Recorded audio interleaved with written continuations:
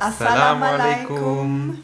Today's video is going to be about me asking my mom a few questions, kind of like an interview about what she knew about Islam before I got to know Islam, before I reverted, and how things changed in her mind when she got to know about me reverting, what kind of things went through her head. And I hope it will be beneficial to some people, maybe for example other reverts who just reverted and maybe their parents don't know yet or they just got to know. So I hope it can help some people if they kind of get to know our story. The video will be in German because my mom obviously is more comfortable answering in German, but I'm gonna put the subtitles as always so you guys can understand it too.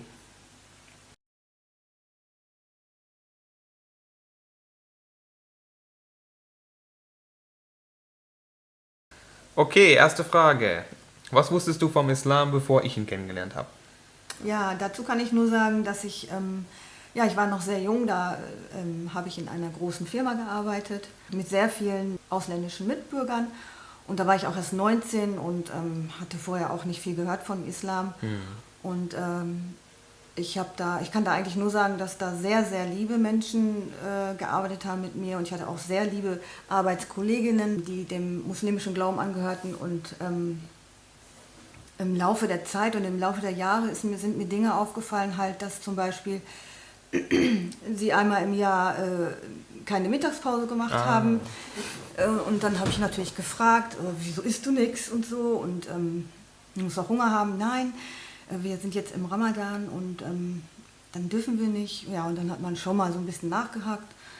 Okay. Haben sie mir immer so ein bisschen erklärt und so, aber für mich war das alles verwirrend und ich bin damit ja auch gar nicht aufgewachsen und es war sehr fremd. War auch schwer, das dann aufzunehmen wahrscheinlich, weil so anders ist auch so ein bisschen, Ja, was man kennt. ich habe das auch gar nicht ernst genommen, so richtig.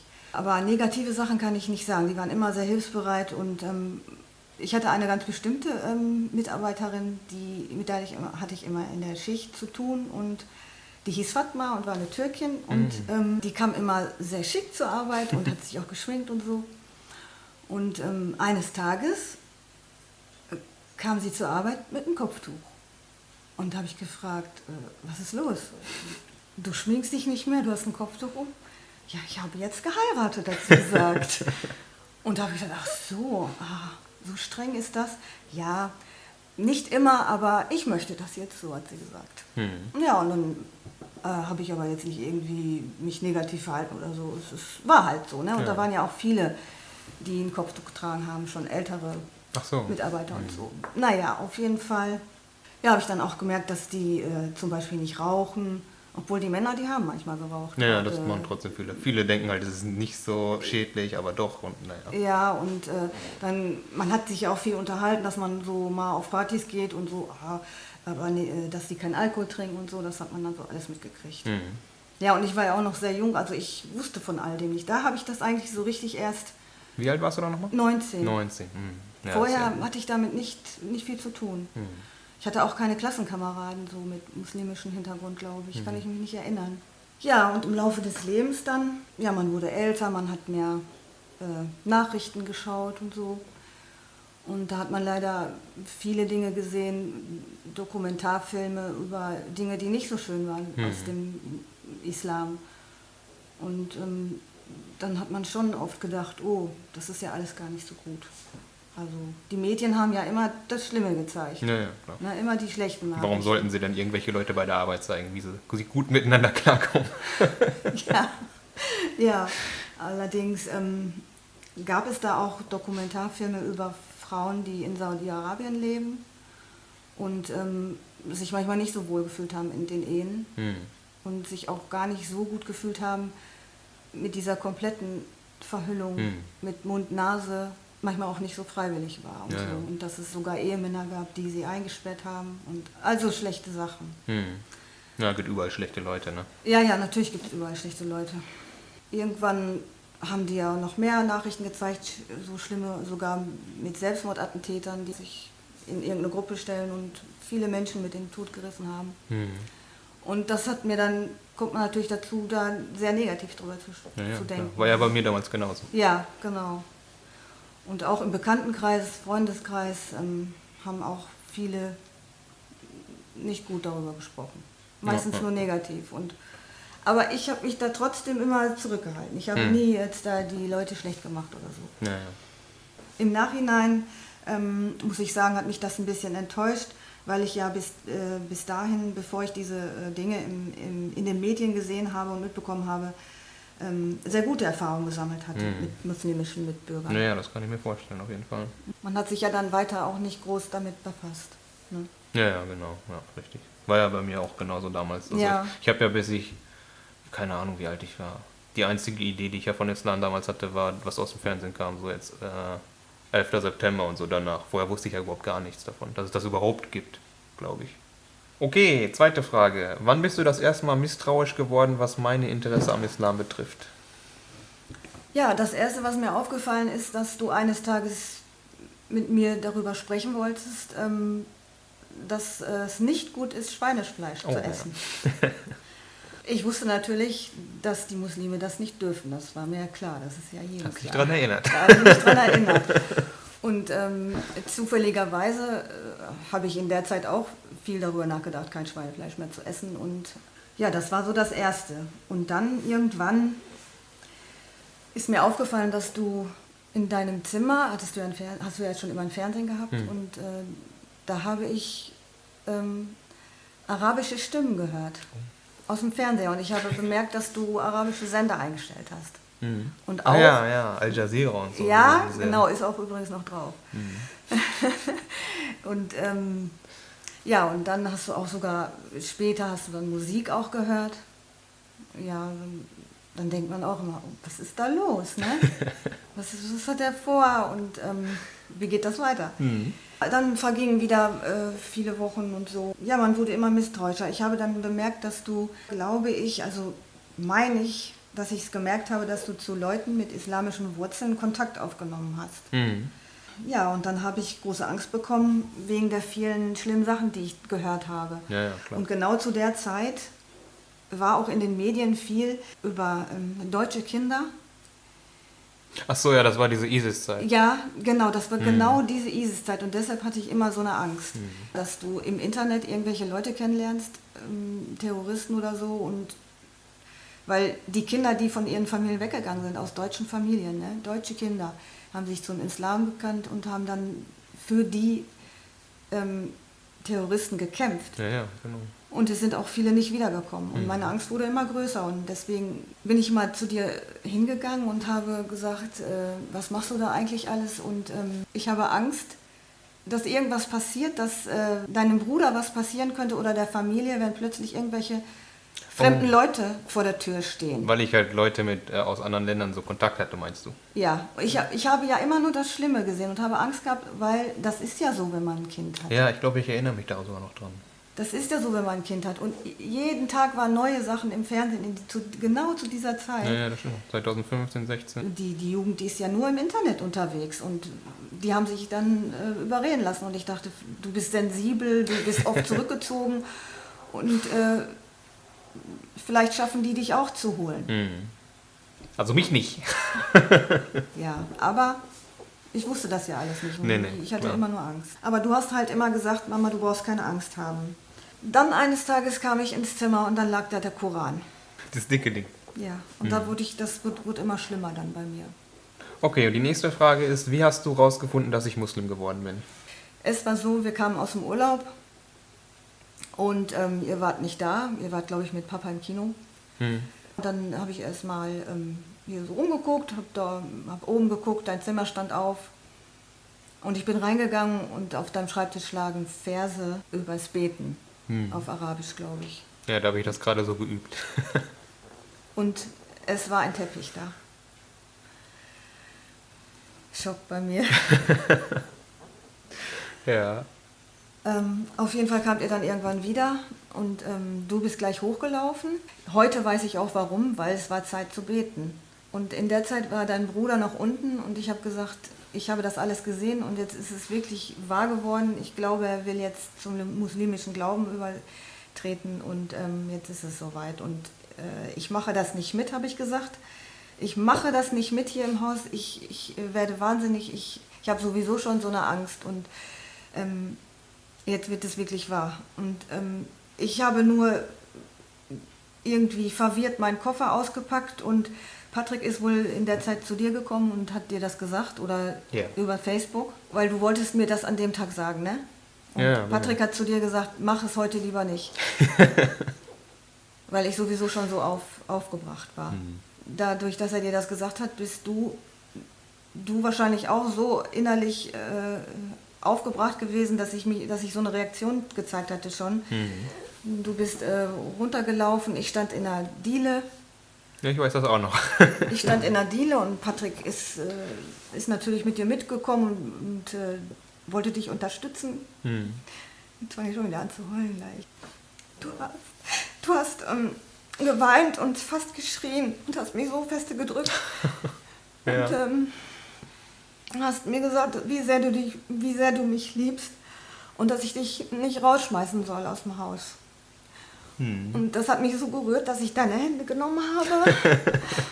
und wir sind ins Wohnzimmer gegangen und ich habe gesagt, beruhig dich erstmal. Und Patrick hat sich neben dich gesetzt. Er hat dich gedrückt und war total eine Unterstützung für dich. Und ich bin auch so stolz auf meine Söhne, dass die beiden halt sich so lieben und so respektieren, wie sie sind. Und an dem Abend haben wir noch ganz lange gesprochen darüber und es hat sich alles erstmal beruhigt. Ja, ich kann mich da auch noch sehr gut dran erinnern, diesen Abend. Ich weiß auch gar nicht, ob ihr früher nach Hause gekommen wart, als ich gedacht hätte oder irgendwie so, weil sonst hätte ich vielleicht sogar aufgeräumt oder so, dass es nicht so rauskommt. Wie du beschrieben hast, dass wir dann runtergekommen sind und diese Situation und dass wir dann auch hier sehr lange im Wohnzimmer gesessen haben und drüber geredet haben. Und das ging dann sehr lange, also bestimmt 2 Stunden oder so saßen wir bestimmt, schätze ich. Ja. Und ich habe halt so viele Sachen erklärt und versucht, es irgendwie zu bessern, dass du keine Angst hast und so. Ja, und am Ende war ich dann halt froh, dass du mich dann doch nicht aus dem Haus schmeißen wolltest. Das hätte ich auch sowieso nicht gemacht, das weißt du doch. Das macht eine Mutter nicht. Ja. Dass du das überhaupt denken konntest. Ja. Ich habe da sowas ja auch nicht erwähnt. Man hört halt auch darüber auch so Storys, ne? Wenn jetzt Leute das ihren Eltern gesagt haben, dass sie da zum Islam gekommen sind, dann manche Leute schmeißen auch dann ihre Kinder dann vor die Haustür. Das hat man auch. Naja, aber das ist extrem. Das ist wirklich extrem. Darf man nicht machen. Ja, und an dem Tag fing ja auch dein erster Ramadan an und das war ja schon für dich sowieso schon schwierig. Und und ich konnte dir ja auch nicht viel helfen, ganz im Gegenteil, ich war ja nur misstrauisch und das ist mir auch nochmal richtig klar geworden, als du deine Revert-Story gemacht hast, wo ich mir die angesehen habe. Ach so. Vieles wusste ich gar nicht, wie schwer es alles für dich war und du hattest ja niemanden, mit dem du eigentlich darüber richtig sprechen konntest, ne? Und eigentlich sollten ja die Eltern dann im Rücken stehen, aber wenn die Eltern nichts davon wissen und... Das ist ja eine ganz besondere Situation, wenn die Eltern das noch nicht mal wissen oder... Ja. In so einer Situation jetzt gerade rausgefunden. Sollten nicht nur misstrauisch sein, aber ich war dann auch, ich war hilflos, ehrlich gesagt auch. Das kann ich verstehen, naja. Ja, von nun an wurde dann alles besser, weil immer wenn ich Fragen hatte, warst du immer bereit, mit mir dich hinzusetzen und mit mir darüber zu sprechen, über den Islam und überhaupt alles, was mich bewegt hat, was mir Angst gemacht hat. Ja. Oder wo ich sehr skeptisch war und auch bestimmt manchmal nicht ganz nett und auch schlecht drüber gesprochen habe und so. Und irgendwie haben wir uns trotzdem immer irgendwie geeinigt, dass es weitergeht. Ja, ich erinnere mich auch noch daran, also jedes Mal, wenn wir längere Zeit nicht gesprochen haben, dann habe ich gemerkt, dass sich das so aufgebaut hat. Bei mir, ne? Und dann haben wir nochmal gesprochen. Dann war wieder besser. War wieder okay. Ja, das hat bei mir hat sich so aufgebaut und dann, genau so, das siehst du genau richtig. Ja. Das hat sich so bei mir angestaut dann. Und dann habe ich ganz normal einen Tag meinen Haushalt gemacht und es war ein Freitag und du bist runtergekommen und ich habe gesagt, oh, wo möchtest du hin? Und dann hast du gesagt, ich fahre zur Moschee und das war auch das erste Mal, dass du mir das gesagt hast. Und ich hatte den Staubsauger in der Hand und ich habe runtergeguckt, weil ich schon wieder heulen musste. Und du bist zu mir hingekommen, Mama, hab keine Angst und ich bin ja gleich wieder da. Aber ich war so skeptisch und hatte wieder eine neue Angst, weil ich gehört habe, dass es viele Anschläge auch auf Moscheen gibt. Ach so. Ne? Ui. Das kam jetzt auch noch dazu. Immer Angst, dass dem Von Kind allen was Seiten. passiert. Dass dem Kind was passiert, ja. Ja. Und dann hast du gesagt, sei nicht traurig, ich bin gleich wieder da. Dauert nicht lange. Und dann bist du gegangen und ich konnte nichts mehr machen. Ich habe mich ins Bett gelegt und war richtig depressiv. Das hatte ich auch oft in der Zeit, dass ich wollte morgens manchmal gar nicht mehr aufstehen. Ich habe gedacht, warum? Das ist alles so verwirrend für mich.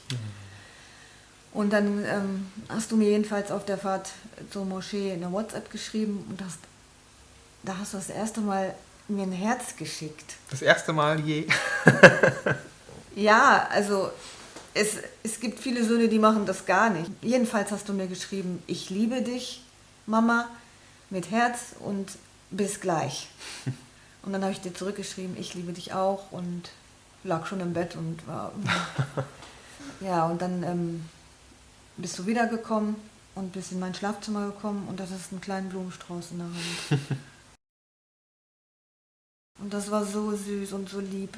Und dann ist mein Herz wieder aufgegangen und ja, mir ging es wieder ein bisschen besser. Naja, und so ging das halt über Wochen. Ich habe natürlich dann auch versucht, mit anderen Leuten zu sprechen, so mit Arbeitskollegen, Ach so, ja, stimmt. und mit Bekannten, mit Familie, um so auch mehr und mehr meine Ängste loszuwerden. Also geholfen hat mir eigentlich nichts, was die so gesagt haben. Ich weiß nicht, warum das so in der westlichen Welt hier ist, dass die meisten nicht so gut darüber denken, weil sie halt nicht viel darüber wissen. Das weiß ich ja heute auch. Und und eine ganz bestimmte Arbeitskollegin, die sehr streng katholisch ist, hat mich jedes Mal bei der Arbeit so verrückt gemacht, das habe ich dir auch oft erzählt. Ja, das weiß ich noch. Die hat zum Beispiel gesagt, du wirst jetzt sehen, wie sehr dein Sohn dich verändert,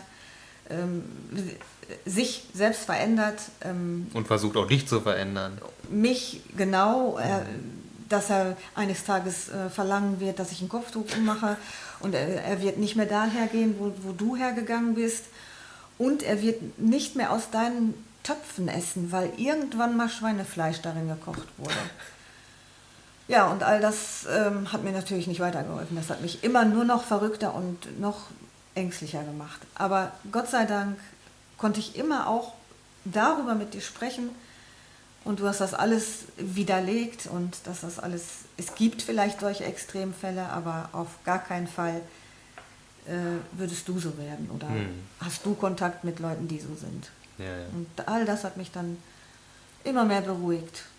Okay, und wie hat der Islam mich in deinen Augen verändert? Also ich kann auf jeden Fall sagen, dass nach all den Jahren jetzt, wenn ich darüber nachdenke, in keinster Weise irgendwie ein Nachteil ist für mich, seitdem du konvertiert bist.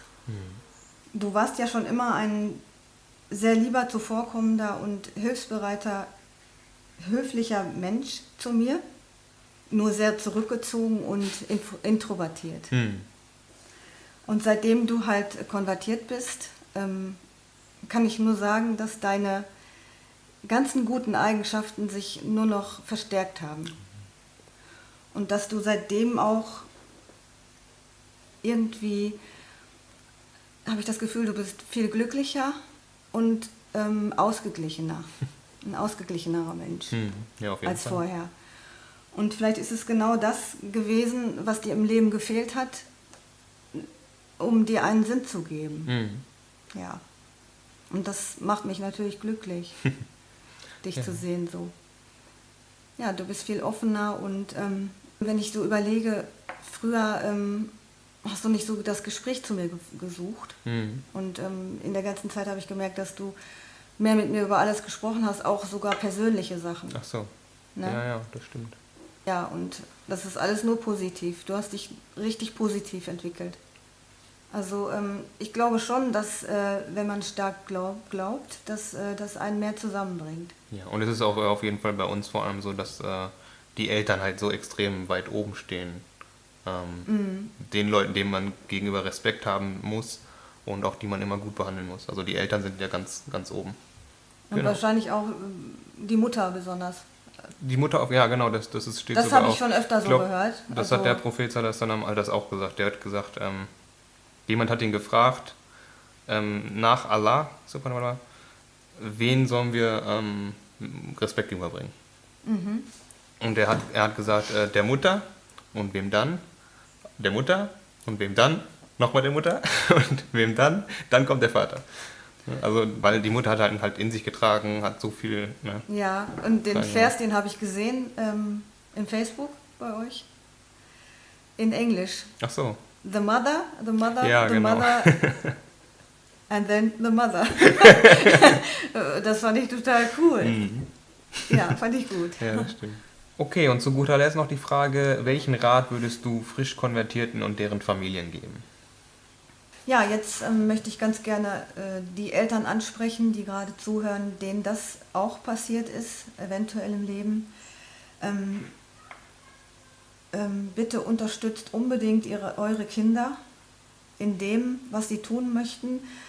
Und egal, welchen Glauben sie annehmen möchten, bitte unterstützt sie. Und egal, Mütter und Väter, wenn ihr Ängste habt, oder Angst habt, dass sich große Probleme entwickeln und dass da ein großer Aufwand hinter ist. Es habe ich auch gedacht, aber es wird nicht so sein. Es wird sich alles klären und bitte unterstützt immer eure Kinder in allem, was sie bewegt und was sie machen möchten. Gebt ihnen Vertrauen, zeigt ihnen Vertrauen, denn dann kommt Vertrauen zurück. Und ganz, ganz wichtig ist, dass man seine Kinder respektiert und dann kommt auch Respekt zurück. So habe ich schon immer meine Kinder erzogen und ich kann nur versichern, dass das genau so zurückkommt, wie ich das jetzt sage. Und ich bin auch der Meinung schon immer, dass jeder Mensch ein eigenständiger Mensch ist, eigenständig denken sollte und ich finde, jeder Mensch hat das Recht, so zu glauben, wie er möchte und Eltern haben nicht das Recht, ihnen das vorzugeben. Es muss jeder selbst für sich entscheiden. Und wenn ihr eure Kinder liebt, wie ich das mache, und ich hoffe, ihr liebt eure Kinder so, wie ich meine Kinder liebe, dann ist das überhaupt nicht schwer, so zu handeln. Denn ihr werdet merken, eure Kinder sind dann glücklich. Und ist es nicht das Wichtigste, dass unsere Kinder glücklich sind in ihrem Leben? Ein ganz wichtiger Punkt ist, dass wenn ihr Vorurteile habt und schlechte Gedanken über den Islam habt, dann bitte verallgemeinert das nicht. Denn in jedem Land gibt es schlimme Menschen, die schlimme Dinge tun, aber man kann sich sicher sein, dass die meisten Menschen gut sind. Es ist ja so, wenn wir mal ehrlich zu uns selbst sind, ist es ja so, dass wir immer, wenn irgendwas Fremdes in unser Leben tritt oder fremde Menschen, wir erstmal misstrauisch sind. Also praktisch gegen Unbekanntem. Und vor allem ist das so bei Religionen und Nationalitäten, die abweichen von unseren eigenen Vorstellungen. Versucht einfach offener zu sein, anderen Kulturen gegenüber. Versucht euch dafür zu interessieren und ihr werdet auch eure Kinder besser verstehen. Die Welt ist doch bunt und schön. Seid einfach offen für alles. Ihr werdet auch merken, wenn ihr euch richtig damit befasst, mit dem Islam, dass das eigentlich eine sehr gute Sache ist. Wenn man den muslimischen Glauben so lebt, wie man sollte, ist es eine sehr liebevolle und friedvolle Sache. Auch die Menschen sind so lieb, ich kann nicht anders darüber sprechen. Ich habe keine schlimmen oder negativen Erfahrungen, wie ich schon zum Anfang gesagt habe, außer das eben mit den Medien. Aber da darf man sich wirklich nicht so, das darf man auf keinen Fall verallgemeinern. Ausnahmen gibt es natürlich immer, leider, das ist nun mal so im Leben. Aber die gibt es auch in anderen Glaubensrichtungen. Aber zum Glück ist es ja so, dass die schlechten Menschen natürlich überall in der Minderheit ist. Das ist das große Glück. Und ja, damit beende ich den Rat an die Eltern und ich hoffe, ihr nehmt was davon mit. Und unterstützt bitte weiterhin eure Kinder in allem. Und ihr werdet merken, auch ihr werdet einfach nur glücklich sein, dass es euren Kindern so gut geht damit. Sehr starke Worte, würde ich sagen. Ein sehr guter Rat. Dankeschön. Gerne. Das war mir auch sehr wichtig, das mal so rüberzubringen. Wenn man das alles so durchlebt hat, ja, kann man es weitergeben. das weitergeben und ich hoffe, es hat ein bisschen gewirkt. Ja. Okay, erstmal ganz liebes Dankeschön, dass du dir die Zeit genommen hast, mir Logisch. die Fragen zu beantworten und auch so einen tollen Rat zu geben, finde ich. Also from my point of view, I think, yeah, as a revert, if you recently reverted and you're facing these kind of problems with your family or you're scared, maybe you didn't tell your parents yet. There's a lot of situations you might be in, and I hope you can take something from this video, how it can go, and also not only the parents should always be respectful and be open and these kind of things. You should also be like that. So if you talk to your parents about it, try to understand your parents' feelings and their anxieties, what they might be scared about. I mean, I can imagine that some reverts, if they talk to their parents and the parents, like, initially they react a little bit negatively, you shouldn't take that as a reason to be cold to them or something like that. Always be warm, always talk to them, and try to make them understand all the details about your own feelings about the religion, and that you won't drastically change. Instead, just try to show them the way you think Islam is making you better, how it's improving your character. And if you really take the rules of Islam very seriously, then you will no doubt be very good to your parents, and really, really do that. If you like this video, please don't forget to hit that like button, and if you want, you can also share your own experiences in the comments. Don't forget to subscribe for more videos. Yeah, that's it for this video, and inshallah we will see each other in the next video. Assalamu alaikum.